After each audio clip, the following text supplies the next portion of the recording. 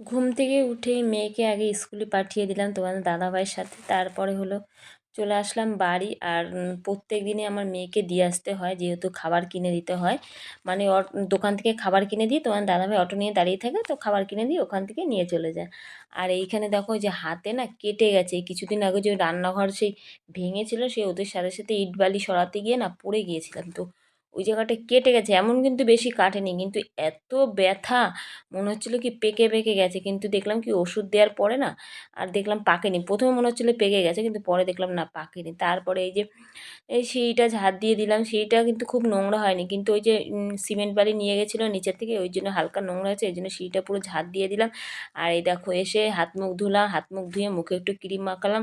আর শীতকালে তো আমার মুখে ক্রিম দিতে হবে। তারপর দোকানে গিয়েছিলাম এই বিলাসটা আনতে। এই বিলাসটা বেশ অনেকদিন আগে বানাতে দিয়েছিলাম, তো সেটাই আজকে নিয়ে আসলাম। আর এই দেখো বিলাসটা খুব সুন্দর হয়েছে বানানো। আর এটা কিন্তু একটা সুতির শাড়ির ব্লাউজ।